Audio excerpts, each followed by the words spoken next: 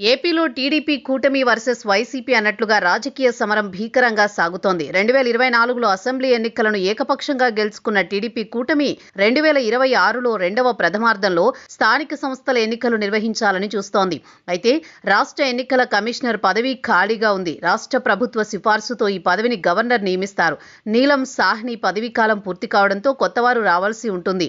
దీనికోసం కూటమి ఏ విధమైన నిర్ణయం తీసుకుంటుంది అన్న చర్చ అయితే రాజకీయంగా వాడివేడిగా సాగుతోంది. ఈ నేపథ్యంలో అనేక పేర్లు వస్తున్నాయి. సాధారణంగా ఈ పదవిలో మాజీ ప్రభుత్వ ప్రధాన కార్యదర్శులను తీసుకుంటారు. అదే సమయంలో సీనియర్ ఐఏఎస్ అధికారులను తీసుకుంటారు. అది ప్రభుత్వ ఇష్టంగా ఉంటుంది.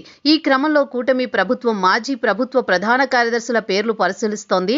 అలా ఇప్పటిదాకా కొందరి పేర్లు ప్రచారంలో ఉన్నా ఎక్కువగా నీరబ్ కుమార్ ప్రసాద్ పేరు వినిపిస్తూ వచ్చింది. అయితే ఇందులో మరో ట్విస్ట్ ఉన్నట్టు సడన్ గా ఇంకో మాజీ ప్రధాన కార్యదర్శి ఎల్వి సుబ్రహ్మణ్యం పేరు కూడా జోరుగా ప్రచారం సాగుతోంది. ఎల్వి సుబ్రహ్మణ్యం సమర్థవంతమైన అధికారిగా పేరు తెచ్చుకున్నారు. 2019 ఎన్నికల్లో అయితే కేంద్ర ప్రభుత్వం ఆయనను ప్రత్యేక ప్రభుత్వ ప్రధాన కార్యదర్శిగా నియమించింది. అలా ఆయన నాయకత్వంలో ఎన్నికలు జరిగాయి. ఆ తర్వాత వైసీపీ ప్రభుత్వంలో ఆయననే కొన్నాళ్ల పాటు కొనసాగించారు. కానీ అత్యంత అవమానకరమైన తీరులో ఆయనను ఈ పదవి నుంచి వైసీపీ తప్పించింది. కనీసం ఆయన నుంచి ఏ రకమైన వివరణ కోరకుండానే ఎల్విని కీలకమైన ప్రభుత్వ ప్రధాన కార్యదర్శి పదవి నుంచి తప్పించారు. దాంతో ఆయన చాలా ఆవేదన చెందారు. తన రిటైర్మెంట్ దాకా చూసి పదవి విరమణ చేసి వెళ్లారు. ఇలా వైసీపీ వల్ల ఇబ్బందులు పడిన ఐఏఎస్ అధికారిగా ఆయన విషయం ఉంది. దాంతో ఆయన పేరు కూటమి ఎక్కువగా పరిశీలిస్తోంది అంటున్నారు.